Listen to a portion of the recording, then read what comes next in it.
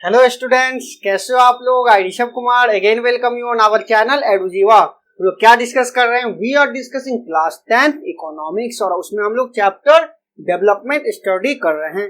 पिछले क्लास में हमने क्या देखा था कि कैसे हमारा वर्ल्ड बैंक कंट्रीज को पर कैपिटा इनकम के बेसिस पे क्लासिफाई करता है and what are limitations of that classification. अब हम लोग मैंने वहां आपको बताया था कि इनकम तो एक इंपॉर्टेंट क्राइटेरिया है ही हमारा डेवलपमेंट को मेजर करने का, but there are some other factors on which our development depend. हमारे डेवलपमेंट इनकम के अलावा भी और भी फैक्टर्स पे डिपेंड करता है। We have to study about income and other criteria. Income के अलावा और क्या क्या क्राइटेरिया होते हैं। तो क्योंकि हमने क्या देखा था कि हमारा डेवलपमेंट गोल क्या होता है। डेवलपमेंट गोल हमारा इनकम के साथ साथ हमारा security, respect of other, freedom etcetera etcetera, इन सब चीजों के बारे में हमने स्टडी किया। इन सब चीज हमारा development as a individual development goal होता है।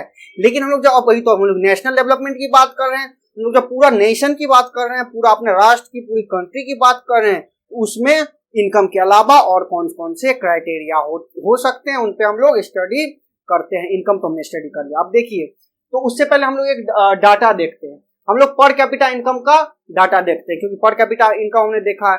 पर कैपिटा इनकम ऑफ स्टेट्स देखते हैं। हमारा इंडिया के जो स्टेट्स हैं उनके क्या क्या पर कैपिटा इनकम है। तो हम लोग 3 स्टेट को लेते हैं, एक हरियाणा, केरला और बिहार। 3 स्टेट का हम लोग पर कैपिटा इनकम देखते हैं। तो हम लोग जब इसका पर कैपिटा इनकम देखेंगे तो देखिए, आपको जो बुक में दिया गया वो 2016-17 का पर कैपिटा इनकम दिया गया है। लेकिन अभी जो लेटेस्ट है 2017-18 का जो डाटा है वो भी मैं आपको कंपैरिजन में बताता हूँ, क्योंकि इकोनॉमिक्स के डाटा हर एक साल अपडेट होते हैं। तो हमें जो भी न्यू लेटेस्ट डाटा है उनके साथ हमें अपडेट रहना पड़ेगा। ये डाटा हमें मिलते कहाँ से हैं? हमारे इंडिया के अलग अलग स्टेट्स के क्या पर कैपिटा इनकम है। पर कैपिटा इनकम मैंने क्या बताया था? Total income divided by total population of the country. इसका मतलब ऑन एन एवरेज एक पर्सन कितना पैसा कमा रहा है, उसकी क्या इनकम है पर ईयर, 1 ईयर में पर एनम। तो ये देता कौन है? ये डाटा पर कैपिटा इनकम का डाटा हमारे इंडिया में, यानी इंडिया में अलग अलग स्टेट का क्या पर कैपिटा इनकम, ये डाटा देता कौन है? कि इकोनॉमिक सर्वे ऑफ इंडिया होता है। हर एक साल इकोनॉमिक सर्वे ऑफ इंडिया होता है, उसी के बेसिस पे हमें डाटा मिलता है। ये इकोनॉमिक सर्वे ऑफ इंडिया हमारे पार्लियामेंट में किसके द्वारा रखा जाता है? फाइनेंस मिनिस्टर के द्वारा रखा जाता है। 2019 में हमारे किसके द्वारा रखा गया था? हमारे फाइनेंस मिनिस्टर निर्मला सीतारमण के द्वारा इकोनॉमिक सर्वे ऑफ इंडिया रखा गया था। तो इसमें हम 2 की बात कर रहे हैं, एक 2018-19 की बात करें और 2019-20 की बात करें। ये जो 2017-18 वाला डाटा है ये हमें 19-20 वाले बजट से उससे मिला है, इकोनॉमिक सर्वे से। और ये वाला डाटा 2016-17 वाला डाटा हमें 18-19 वाले इकोनॉमिक सर्वे से मिला है। क्योंकि हम पीछे वाला डाटा देखते हैं, जब वहां रिपोर्ट आता है तो पीछे वाला रिपोर्ट बताते हैं ना। 2019-20 वाला हमें 2017-18 का डाटा दे देगा, और ये 2018-19 वाला जो हमें 2016-17 का डाटा दे देगा पर कैपिटा इनकम का। तो देखिए, अगर हम लोग तीनों स्टेट को कंपैरिजन करते हैं 2016-17 के हिसाब से, जो आपके एनसीईआरटी में दिया उसके हिसाब से करते हैं, तो हरियाणा का पर कैपिटा इनकम 1,80,174, यानी ऑन एन एवरेज एक आदमी हमारा 1,80,174 रुपया कमा रहा है। वही केरला की बात करें तो 1,63,475, और बिहार की बात करें तो बस 34,409 rupees is the per capita income of these states per annum। अगर हम लोग फिर हम नया डाटा की बात करें, 2017-18 की बात करें, फाइनेंशियल ईयर 2017 ईयर की बात करें, तो हरियाणा का 2,03,340, केरला का 1,84,000 and for Bihar it is 38,631। तो हम लोग जब इन डाटा को देखेंगे, जब हम लोग इस डाटा को कंपेयर करेंगे, तो हमें लगेगा कि इन तीनों स्टेट में हमारा जो हरियाणा है that is most developed state. अगर हम लोग इनकम को क्राइटेरिया मानेंगे, हम लोग बस पर कैपिटा इनकम को क्राइटेरिया मानेंगे, तो हमें हरियाणा देखने से लगेगा कि this is the most developed state, और यहां से देखने को मिलेगा कि हमें Bihar is the least developed state. ये तो हमने बस इनकम की बात कर ली, लेकिन इनकम के अलावा भी अगर हम दूसरे क्राइटेरिया को देखेंगे, ये चीज हमें सही नहीं मिलेगा। हमें ये नहीं दिखने को मिलेगा कि बस हरियाणा जो है वो मोस्ट डेवलप है। तो उसके लिए हमें क्या करना पड़ेगा?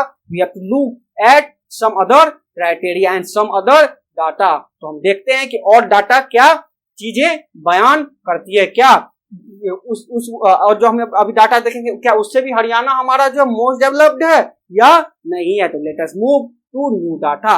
लेट अस सी।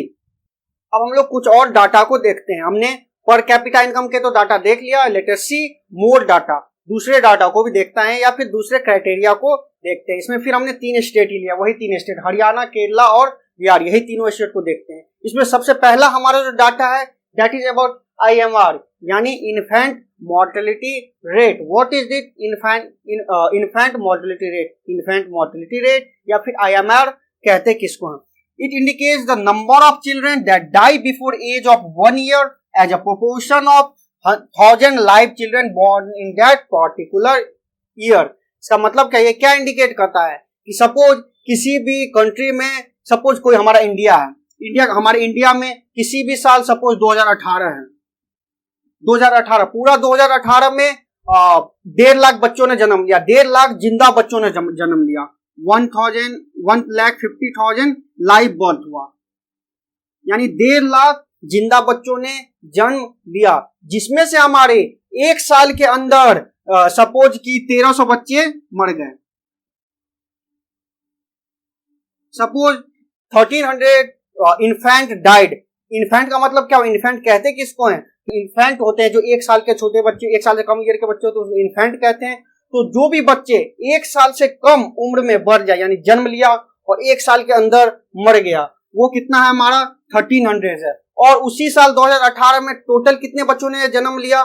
जिंदा बच्चों ने जन्म लिया 1.5 लाख जिंदा लाइव बर्थ यानी जिंदा बच्चों ने 1.5 लाख जिंदा बच्चों ने जन्म लिया, जिसमें से 1300 बच्चे 1 साल के अंदर डेथ हो गई उनकी, 1300 बच्चों की डेथ हो गई। तो हम इन्फेंट मोर्टेलिटी रेट कैसे निकालेंगे? Will divide this death, infant जितने बच्चों ने मर गए यानी 1300 डिवाइडेड बाय 1,50,000। तो हमारा इस कंट्री का 2018 के लिए इन्फेंट मोर्टेलिटी रेट आ जाएगा 8.7। ये हमें क्या बता रहा है? 8.7 क्या बता रहा है? इसका मतलब कि पर 1000 बर्थ, पर 1000 लाइव बर्थ में हमारे 8.7 बच्चों की मृत्यु हो गई। यही हमें इन्फेंट मोर्टेलिटी रेट बताता है कि क्या, कि हमारे 1000 पर 1000 लाइव बर्थ में कितने बच्चे का डेथ हो गया विद इन 1 ईयर, 1 साल के अंदर। वही हमारा हो गया infant mortality rate. Infant mortality rate लोग देखते हैं 3 स्टेट का। आपके बुक में आपको 2017 का डाटा दिया हुआ है और एक मैं नया डाटा बताता हूँ 2018 का डाटा। ये भी आपको किसमें मिलेगा? इकोनॉमिक सर्वे ऑफ इंडिया में आपको ये भी डाटा मिल जाएगा, जिसके बारे में मैंने आपको बता दिया। तो इकोनॉमिक सर्वे ऑफ इंडिया तो 2 डाटा, पहले हम लोग 2017 का डाटा देखते हैं। तो हरियाणा में इन्फेंट मोर्टेलिटी रेट 2017 में 30 था, केरला में 10 और बिहार में 35। इसका मतलब क्या हुआ? हरियाणा में और 1000 बच्चे, अगर 1000 बच्चों ने जन्म लिया, लाइव बर्थ हुआ, तो उसमें 30 बच्चे की डेथ हो गई या फिर 30 बच्चों की 1 साल के अंदर मृत्यु हो गई। वही होता है हमारा IMR। केरला में भी वही हुआ, 1000 बच्चों ने जन्म लिया, जिसमें 1000 जिंदा बच्चों ने जन्म लिया। मरे हुए बच्चों की जन्म की काउंट नहीं होती, लाइव बर्थ की काउंट होती है। जितने जिंदा बच्चों ने जन्म लिया उसमें से 1000 बच्चों ने, सपोज 1000 जिंदा बच्चों ने जन्म लिया, जिसमें से 10 बच्चे 1 साल के अंदर, विद इन 1 साल के एज के अंदर उनकी मृत्यु हो गई। तो केरला में 10 है, हमारे बिहार में 35 है। यहाँ सबसे ज्यादा आपको IMR किसका दिखेगा? बिहार का दिखेगा। बिहार में यानी सबसे ज्यादा बच्चे 1 ईयर के अंदर डेथ हो जा रही है। यहाँ हमको केरला में सबसे कम दिखेगा, केरला में सबसे कम बच्चों की डेथ हो रही है, क्योंकि वहाँ पब्लिक हेल्थ फैसिलिटी बहुत अच्छी दी जाती है, वहाँ पे न्यूट्रिशन बहुत अच्छी दी जाती है, जिसके बारे में हम लोग आगे स्टडी करेंगे। और 2018 की अगर बात करें तो हरियाणा में 30 ही है, सेम है। केरला में और कम हो गया, वहाँ 7 हो गया, और बिहार में भी कम हुआ। पहले 35 था 2017 में, 2018 में हमारा 32 हो गया। इसका मतलब अब कम बच्चे यहाँ मरे, यहाँ भी कम बच्चे मरे, यहाँ पे उतने ही लगभग मृत्यु हुई। तो हम लोग देख सकते हैं यहाँ से, पिछले में पर कैपिटा इनकम हम लोग क्या देख रहे थे? पर कैपिटा इनकम के हिसाब से हम लोग देखें तो हरियाणा सबसे ज्यादा डेवलप था, सबसे ज्यादा लोग वहां के कमा रहे थे। लेकिन जब वो हम लोग IMR को देखते हैं, इन्फेंट मोर्टेलिटी के हिसाब से क्या हो गया? हमारी हेल्थ केयर फैसिलिटी उस स्टेट की कैसी है? इस यहाँ से देखने से मिलेगा कि हमारा भले ही हरियाणा के लोग ज्यादा कमाते हो, लेकिन केरला की हेल्थ केयर फैसिलिटी ज्यादा अच्छी है। क्यों हेल्थ केयर फैसिलिटी ज्यादा अच्छी है? क्योंकि वहां के बच्चे कम डाई कर रहे हैं, कम मृत्यु हो रही है। यहाँ से हमें लगा कि केरला ज्यादा डेवलप्ड है। तो इनकम के साथ साथ एक और क्या हमारा फैक्टर आ गया IMR, यानी इन्फेंट मोर्टेलिटी रेट को भी हमें स्टडी करना पड़ेगा अगर हम लोग को देखना है किसी भी राज्य का क्या डेवलपमेंट वो है। अब देखिए, हमने IMR तो समझ में आ गया क्या हुआ IMR की, पर 1000 जन्म हुए बच्चे, लाइव बर्थ में कितने बच्चे एक साल के अंदर उनकी मृत्यु हो गई, वही हमने देता है एमआर। नेक्स्ट टॉपिक इज और next data is literacy rate. Literacy rate क्या होता है? लिटरेसी रेट हमें कहां से मिलता है? Census of India. अगर इंडिया की बात करें तो सेंसस ऑफ इंडिया यानी भारतीय की जनगणना, हमारे देश में जनसंख्या की जो जनगणना होती है उससे हमें वहां की लिटरेसी रेट मिलती है। लिटरेसी रेट होता क्या है? It is a percentage of literate population in 7 and above year group, यानी 7 साल और उससे उम्र के जितने भी पर्सन है, जितने भी लोग हैं, उसमें कितने लोग लिटरेट हैं। लिटरेट को हिंदी में साक्षर कहते हैं। What do you mean by literate और साक्षर? साक्षर का मतलब क्या होता है? Literate means a person is considered literate if he she can read and write a simple message in at least one language। इसका मतलब क्या हुआ? कोई भी आदमी को लिटरेट हम कब कहेंगे? जब वो किसी भी एक सिंपल मैसेज, कोई भी एक सिंपल मैसेज दिया हुआ है, वो उस भाषा में, कोई भी एक भाषा में उसको लिख सके, राइट कर सके और उसको समझ सके, पढ़ सके, वही हम कह देंगे कि लिटरेट। इसका मतलब क्या हुआ कि कोई भी सिंपल मैसेज आपने किसी को दे दिया और उस सिंपल मैसेज को वो राइट कर सके यानी लिख सके, दूसरा रीड कर सके यानी उसको पढ़ सके और तीसरा अंडरस्टैंड कर सके, समझ सके। ज्यादा भाषा की जरूरत नहीं है हमें, कोई भी एक भाषा में एटलीस्ट वन लैंग्वेज, कोई भी एक भाषा में अगर वो किसी चीज को लिख लेता है, पढ़ लेता है और समझ लेता है तो उसको हम लोग साक्षर या फिर लिटरेट कहते हैं। यहाँ से हमारे लिटरेसी रेट का भी डाटा देखते हैं। अगर लिटरेसी रेट का डाटा देखोगे तो आपको हरियाणा में, आपको अगर आपके बुक के हिसाब से एनसीईआरटी में के हिसाब से जाए तो 82% है 2011 के जनगणना के हिसाब से, लेकिन आप अगर नेट से अगर आप सेंसस को निकालोगे तो आपको 75.6% निकले। इसमें शायद मिस्टेक है। फिर केरला का आपका सही दिया हुआ 94% दिया हुआ है, सही है। बिहार का भी आपको 62% डाटा दिया हुआ है। यानी आपको यहां से देखने से मिलेगा कि केरला के लोग सबसे ज्यादा लिटरेट हैं, सबसे ज्यादा साक्षर हैं। उसके बाद हमारा हरियाणा के 75.6% और बिहार के लोग सबसे कम साक्षर है, सबसे कम पढ़े लिखे हैं। मतलब साक्षर का मतलब फिर से मैं बताता हूं कि कोई भी एक भाषा में वो पढ़ सके, लिख सके और समझ सके, कोई भी एक भाषा में, उसी को हम लोग लिटरेट कह देते हैं। तो यहां से भी आपको देखने को मिलेगा केरला बहुत आगे है, इन दोनों से बहुत आगे है। फिर वही बात, हरियाणा में भले ही लोग ज्यादा पैसा कमा रहे हैं लेकिन ज्यादा लिटरेट लोग केरला के हैं। केरला के 94% पॉपुलेशन जो है दैट इज लिटरेट। और लिटरेसी की बात करते तो 7 एंड एबव एज ग्रुप की बात करते हैं, यानी 7 साल और उससे ऊपर के जो भी पर्सन है एज, उनका ही हम लोग कंसीडर करते हैं लिटरेसी रेट में। वही होता है हमारा इफेक्टिव लिटरेसी रेट। अब हमारा लिटरेसी रेट समझ में आ गया। Now our next topic is NAR, net attendance ratio. Let us see what is net attendance ratio. अब हमने IMR और लिटरेसी रेट देख लिया, it means infant mortality rate और लिटरेसी रेट देख लिया। Now next data is NAR। NAR को full form कहते हैं नेट अटेंडेंस रेशियो और NAR। NAR क्या होता है वो जानने से पहले हमें क्लास ग्रुप जानने पड़ेंगे कि क्लास ग्रुप कौन कौन से होते हैं, हमारे स्कूल कौन कौन से ग्रुप में बटे हुए हैं गवर्नमेंट के नजरों में, यानी गवर्नमेंट ऑफिशियली हमारे कितने क्लास ग्रुप होते हैं। तो हमारे बेसिकली 5 क्लास ग्रुप होते हैं। कौन कौन से होते हैं? प्राइमरी, दूसरा होता है अपर प्राइमरी या फिर मिडिल स्कूल, उसके बाद होता है हमारा सेकेंडरी, उसके बाद हायर सेकेंडरी, उसके बाद पोस्ट हायर सेकेंडरी। तो प्राइमरी में कौन कौन से क्लास ग्रुप आते हैं? हमारे प्राइमरी में 1 to 5 तक के क्लास आते हैं, हमारे मिडिल में 6 to 8 तक के क्लास आते हैं, सेकेंडरी में 9-10 क्लास आते हैं, हायर सेकेंडरी में 11-12 क्लास आते हैं और पोस्ट हायर सेकेंडरी में 12 क्लास से ऊपर आते हैं। हमारे जो ये होते हैं प्राइमरी ग्रुप होते हैं, यानी प्राइमरी में 1 to 5th क्लास तक के जो होते हैं उसका age group 6 to 10 years officially होता है। इसका मतलब यानी प्राइमरी में पढ़ने वाले बच्चे यानी 1 to 5 तक के क्लास में पढ़ने वाले बच्चों का ऑफिशियल एज ग्रुप 6 to 10 होगा। उसी तरह अपर प्राइमरी या मिडिल यानी 6 to 8 तक के बच्चों का एज ग्रुप 11 to 30, सेकेंडरी यानी 9-10 के बच्चे यानी उसका 14 to 15 ईयर्स, उसका हायर सेकेंडरी यानी 11-12 में पढ़ने वाले बच्चे उनका 16 to 17 ईयर्स और पोस्ट हायर सेकेंडरी का 12 से आगे की क्लासेस जिनका 18 to 23 ईयर्स जनरली होता है। तो हमने क्लास ग्रुप जान लिया, लेकिन हमें जानना क्या था? Net attendance ratio. तो नेट अटेंडेंस रेशियो क्या होता है? नेट अटेंडेंस रेशियो हम लोग किसी भी एक क्लास ग्रुप का निकालते हैं। हमने 5 क्लास ग्रुप हैं, इसका हम किसी भी क्लास ग्रुप का नेट अटेंडेंस रेशियो निकाल सकते हैं। तो क्या होता है नेट अटेंडेंस रेशियो? पहले हम लोग डेफिनेशन जानते हैं। This is ratio of number of person in the age group attending school in a particular class group to the total number of person in the same age group. तो कैसे निकालेंगे? जैसे suppose कि हमें secondary है, हमें क्या दिया कि सेकेंडरी क्लास के बच्चे यानी सेकेंडरी क्लास ग्रुप के बच्चों का NAR क्या है, नेट अटेंडेंस रेशियो क्या है, उसको हम लोग कैसे निकालेंगे।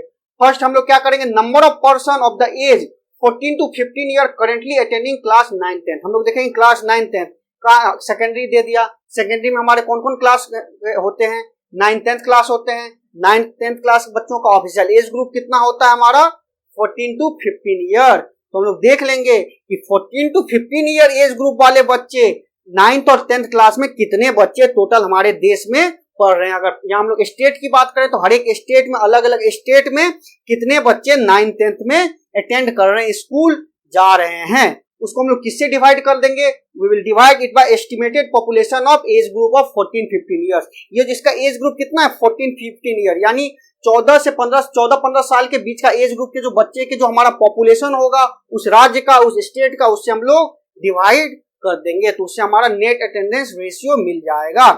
तो ये क्या हो गया हमारा, ratio of number of person in the age group attending school in particular class group to the total number of person in the same age group. मतलब उस क्लास ग्रुप में कितने बच्चे स्कूल जा रहे हैं, बाय व्हाट, उसका total population कितना है उस एज ग्रुप का, यहां से हम लोग वो निकाल सकते हैं। तो हम लोग जब हरियाणा की बात करेंगे तो हरियाणा में 2013-14 का डाटा पहले देखते हैं। ये हमें NAR देता कौन है, हमें ये मिलता है national sample survey organisation report से। जो हमारा national sample survey organisation report होता है उसी में हमारा NAR का वैल्यू हमें देखने को मिल जाता है एवरी स्टेट का। तो यहाँ हमने दो रिपोर्ट, आपके NCERT में 575th रिपोर्ट के बारे में बात किया गया जो 2013-14 का डाटा देता है। दूसरा 2017-18 का हमारा लेटेस्ट डाटा आया हुआ है, ये हमें क्या कब का देता है, जो 555th हमारा रिपोर्ट जो आया है उसके बेसिस पे हमारा 2017-18 का डाटा है। तो हम लोग सबसे पहले 2013-14 वाला डाटा देखते हैं क्या कहता है। हरियाणा का हमारा 61 है NAR रेशियो। 61 NAR रेशियो का मतलब क्या हुआ, इसका मतलब टोटल 100 बच्चे हैं, 100 बच्चे यानी सेकेंडरी, ये हमारा सेकेंडरी स्टेज की बात हो रही है। सेकेंडरी स्टेज मतलब हमारा 9th-10th में पढ़ने वाले, यानी बस 61 बच्चे उस क्लास के 9th-10th में अटेंड कर रहे हैं, स्कूल जा रहे हैं आउट ऑफ 100 बच्चे। अगर 100 बच्चे जा रहे हैं, 100 बच्चे हैं उस ग्रुप में, यानी अगर 14 से 15 साल के एज ग्रुप में हरियाणा में 100 बच्चे हैं तो उन 100 बच्चों में से बस 61 बच्चे क्लास 9th-10th को अटेंड कर रहे हैं। दूसरा हमारा केरला का कितना है, 83%। देखिए इसका कितना ज्यादा है, 83% है, 83% है। उसके बाद हमारा बिहार का बहुत कम है, 43% है, यानी 100 में से बस 43 बच्चे ही वो उस क्लास को अटेंड कर पा रहे हैं, स्कूल जा पा रहे हैं। इसका मतलब अगर 43 है, इसका मतलब मान के चलिए कि 100 बच्चे हैं। 100 बच्चे कौन से एज ग्रुप में, हम सेकेंडरी की बात कर रहे हैं, यानी 14-15 साल के 100 बच्चे हैं। 14 से 15 एज ईयर ग्रुप के हमारे 100 बच्चे, जिसमें से 43 बच्चे ही हमारे क्लास 9th-10th को अटेंड कर पा रहे हैं। यहां से भी आपको देखने को मिलेगा कि इसमें भी हमारा केरला सबसे आगे है और बिहार इसमें भी सबसे पीछे है। और फिर वही 2017 का डाटा देखे तो ये आपको दिख रहा है 66.8, 76.8 और 54.8। यहां से भी आपको देखने को मिलेगा कि केरला भले ही इसका हमारा पर कैपिटा इनकम कम होते हुए भी केरला का सारा डाटा में ये हरियाणा से आगे है। हरियाणा का हमारा पर कैपिटा इनकम ज्यादा होते हुए भी वो केरला से पीछे है इन सब मामलों में। तो डेवलपमेंट को अगर हम लोग सब कुछ से हम लोग कंपेयर करना पड़ेगा, हमें इनकम भी देखना पड़ेगा, पर कैपिटा इनकम भी देखना पड़ेगा और कुछ इन डाटाओं को भी देखना पड़ेगा। IMR हो गया, लिटरेसी रेट हो गया, NAR हो गया। ये हमें IMR किससे हमें कर दिया, इसका रिलेशन है हमारा हेल्थ फैसिलिटी से, लिटरेसी रेट एजुकेशन से और NAR भी हमारा एजुकेशन से, और पर कैपिटा इनकम किससे था, हमारा इनकम से। तो तीनों चीजों को देखना पड़ेगा, यानी इनकम, हेल्थ, एजुकेशन, इन तीनों पे ही किसी का डेवलपमेंट डिपेंड करता है। अब हम लोग देखते हैं कि इन चीजों के अलावा और भी कौन कौन से फैक्टर होते हैं जिसपे हमारा डिपेंड करता है। Basically we will study about public facility, public facility जो गवर्नमेंट देती है, what are those public facility and what is need of those public facilities. Let's see, now let us discuss about public facilities. Public facilities होते क्या, जन सुविधाएं होती क्या हैं। तो पब्लिक फैसिलिटी समझने से पहले हमें एक चीज समझना पड़ेगा कि हमारे पॉकेट में कितना भी पैसा आ जाए तब भी हम लोग सारी चीजों को खरीद नहीं सकते हैं। money in our pocket cannot buy all the goods and services that we need to live. मतलब अगर जैसे फॉर एग्जाम्पल हमारे पॉकेट में कितना भी पैसा हो, उससे हम लोग पॉल्यूशन फ्री इन्वायरमेंट नहीं खरीद सकते कि मैं तेरे को 5 लाख रुपया देता हूं, मुझे पॉल्यूशन फ्री इन्वायरमेंट दे दे, यहाँ पे कोई पॉल्यूशन ना हो। ऐसा कहीं होता है क्या कि आप पैसा से पॉल्यूशन फ्री इन्वायरमेंट खरीद सकते हो? ऐसा नहीं होता है। ये सारी चीजें कलेक्टिव गुड की बात होती है, यानी पूरी की पूरी समाज को एक साथ उस पर विचार करना होता है, पूरे समाज को एक साथ उस पर चलना होता है, तभी वो सारी चीजें सुधर सकती हैं। तो इससे हमें क्या समझ में आया कि हमारे पॉकेट में कितना भी पैसा हो तो कुछ चीजें ऐसी होती हैं जिसे हम लोग नहीं खरीद सकते हैं, जैसे मैंने बता दिया पॉल्यूशन फ्री इन्वायरमेंट का। इसी पे हमारा आता है पब्लिक फैसिलिटीज, इसी से हमारा आता है पब्लिक फैसिलिटी। पब्लिक फैसिलिटी होते क्या है? They are those which are provided by government to satisfy collective needs of people. इसका मतलब देश की जनता है तो देश की जनता का कलेक्टिव एक साथ सब लोगों के लिए फायदाकारी हो, सब लोगों को बेनिफिट हो, उस चीजों को प्रोवाइड करना, उसी को हम लोग पब्लिक फैसिलिटी कहते हैं। ये किसके द्वारा प्रोवाइड किया जाता है? गवर्नमेंट के द्वारा प्रोवाइड किया जाता है। जैसे एग्जांपल के थ्रू ले लो, वो आप बोलोगे कि मेरे पास बहुत आपको स्कूल चाहिए, आप स्कूल बोलोगे कि मेरे लिए एक अलग स्कूल खुलवा दो। अलग स्कूल खुलवाना एक वो ज्यादा फिजिबल नहीं है ना। इसके लिए क्या होता है? कलेक्टिव एक साथ एक स्कूल खोल दिया, उसमें बहुत सारे लोग 100, 200, 500, 1000 बच्चे एक साथ जा रहे हैं। इससे 100,000 बच्चों का एक साथ कलेक्टिव गुड हो रहा है, उनका कलेक्टिव नीड पूरा हो रहा है। उसी को हम लोग कहते हैं पब्लिक फैसिलिटी, जो कलेक्टिव गुड को या कलेक्टिव नीड को एक साथ बहुत सारे को लेके उसकी पूरा करता है, उसी को हम लोग कहते हैं पब्लिक फैसिलिटी। तो we can say public facility are those which are provided by government to satisfy collective needs of the people. जो लोगों का कलेक्टिव नीड होता है उनको सेटिस्फाई करता है, जैसे कि हमारे स्कूल हो गए, हॉस्पिटल हो गए, ट्रांसपोर्ट हो गया, इलेक्ट्रिसिटी हो गया। ये सारी चीजें क्या हो गई? हमारी पब्लिक फैसिलिटी में आती, क्योंकि ये सिंपल एक आदमी इसे पूरा नहीं कर सकता है। एक आदमी कहेगा कि भाई हमें हॉस्पिटल अकेला का अकेला, तो ये फिजिबल नहीं है ना। इसके लिए एक पब्लिक फैसिलिटी चाहिए, सब लोगों के कलेक्टिव चाहिए, इसीलिए हमारी गवर्नमेंट पब्लिक फैसिलिटी प्रोवाइड कराती है। अब किसी भी स्टेट की जो डेवलपमेंट स्टेटस होता है that also depend upon public facility. इसका मतलब किसी भी स्टेट में वहां की डेवलपमेंट स्टेटस कैसा है वो उसके पब्लिक फैसिलिटी पे भी डिपेंड करेगी। इसका मतलब जितना अच्छा पब्लिक फैसिलिटी वहां का डेवलपमेंट उतना अच्छा। जैसे कि हम लोग देख सकते हैं, कंपेयर कर सकते हैं, जैसे हमने देखा हरियाणा और केरला का केस। हरियाणा में भले ही पर कैपिटा इनकम बहुत ज्यादा है, but infant mortality rate of the Kerala is much lower. Kerala का इन्फेंट मोर्टेलिटी रेट बहुत कम है। इसका मतलब केरला का हेल्थ केयर फैसिलिटी अच्छा है, तभी वहाँ इन्फेंट मोर्टेलिटी रेट कम है। अगर हेल्थ केयर फैसिलिटी वहां पे अच्छा है, तो हेल्थ केयर फैसिलिटी आता है किसमें? It comes under public facility. अगर इसका मतलब केरला का पब्लिक फैसिलिटी अच्छा है, अगर केरला का अच्छा पब्लिक फैसिलिटी है तो उस मायने में हम लोग कह सकते हैं Kerala is more developed than Haryana.